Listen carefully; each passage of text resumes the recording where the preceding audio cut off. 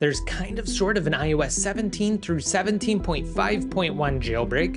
iOS 17.5.2 is right around the corner. Exploits exist on earlier versions of iOS 17 that may lead to a true jailbreak for all devices. iOS 18 is in beta stages and looms on the horizon, and we're going to discuss everything you need to know related to the kind of sad state of things where jailbreaking is concerned, and so much more. This is part 2 of what happened to jailbreaking. Now be sure to stick around to the end of this video because I have an important question that I have to ask you guys, and I'd love it if you could answer down below in the comments section.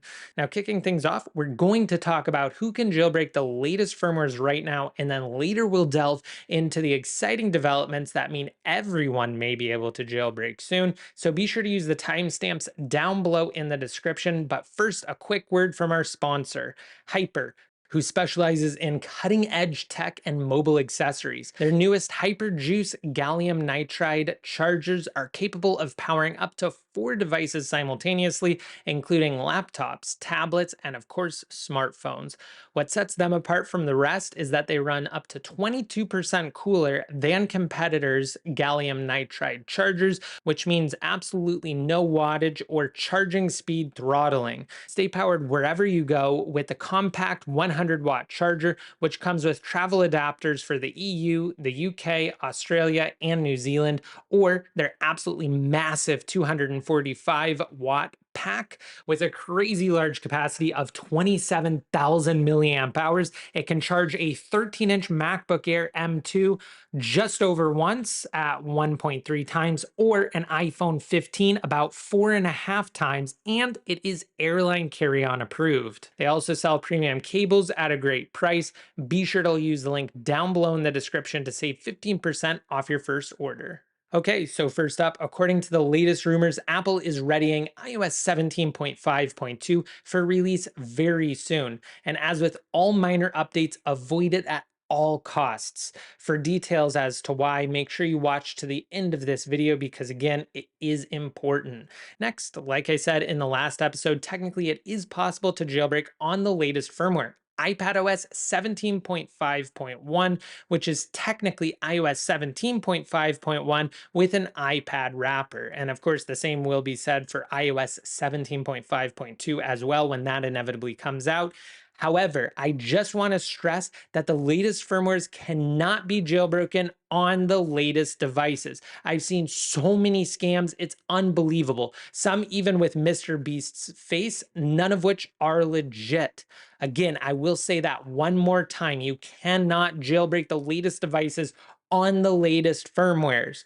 So I just want to make that abundantly clear. That's the unfortunate, sad state of things right now. However, with that said, Pale Rain still supports devices compatible with the Checkmate exploit, including devices powered by A8 CPUs up to A11. Unfortunately, though, there are no more iPhones that are compatible with Checkmate and supported by iOS 17, the last of which, of course, was the iPhone 10, which I happen to have right here. But again, of course, doesn't support iOS 17, but the same can't be said for iPads. Supported iPads include the iPad 7th gen, the iPad Pro 10.5 inch, and the iPad Pro 12.9 inch 2nd gen. Now, these devices will continue to be supported with the latest firmwares until Apple stops pushing updates to them, which for the iPad Pro 12.9 inch 2nd generation and the iPad Pro 10.5 inch. That will end with iPadOS 18. The iPad 7th gen, however, will get iPadOS 18, and it will make it for one more year and will likely be dropped by iOS 19, aka iPadOS 19, which will officially be the end of an era for sure, marking the end of the Checkmate exploit. Now, next, of course, you can use the latest version of Dopamine for newer devices up to those powered by the A16, i.e. the iPhone 14 Pro and iPhone 14 Pro Max for iOS 16. However, those newer devices will only work on up to iOS 16.5 as Dopamine drops support for A15 through A16 and M2 from iOS 16.5.1 to 16.6.1. And of course, really any A12 device or any modern device and later will only work pre 16.6 anyway. So like I said, up to iOS 16.5. But it does in fact allow for jailbreaks on some of the newer devices like the iPhone 14 lineup, albeit only on iOS 16. Now, speaking of dopamine, here is the most exciting part of this entire video. The developer of dopamine, Opa334, retweeted something pretty interesting from developer MasterMike88, which says, quote, "At all costs, stay on 17.0. There is a legitimate installation method that has finally been found for 17.0. Yes, for all devices. It's not going to be released for a while for a multitude of reasons I can't go into, but you are literally at a golden spot. Do not update." So in a follow-up, Oba also tweeted, quote, "Note that I am not personally involved in this and therefore have no control when this will be available. As stated in the tweet, it might take a while," as well as, quote, "Apparently people are doubting this is real. So I'm here to confirm that it is 100% real. Note that the actual person or persons who found the method will stay anonymous for the time being on their request.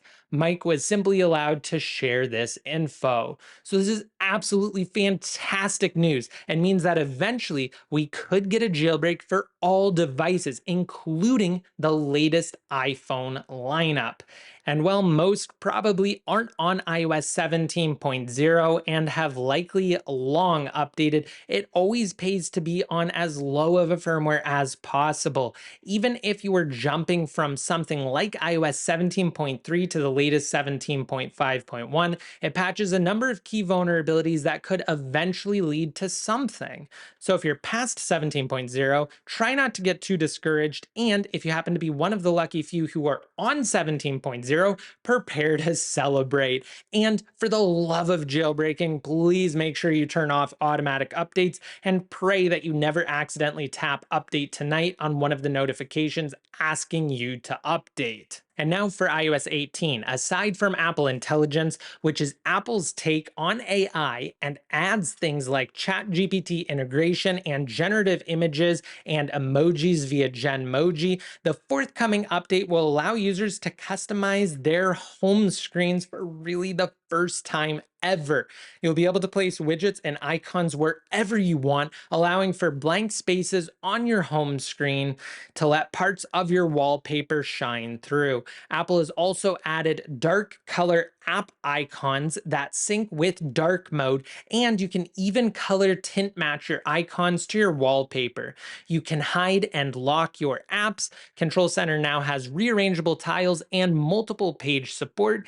You can replace the default camera and flashlight options on your lock screen and so much more. So now for my important question, with all of the customizations iOS 18 brings to the table, do you even still want to jailbreak? I know it might be kind of a controversial question here, but if so, why? How do you use jailbreaking today, and what does it bring that Apple doesn't already have? And with that said, be sure to stay tuned for more coverage on jailbreaking. Subscribe if you have yet to, and until next time, this is ICU signing out.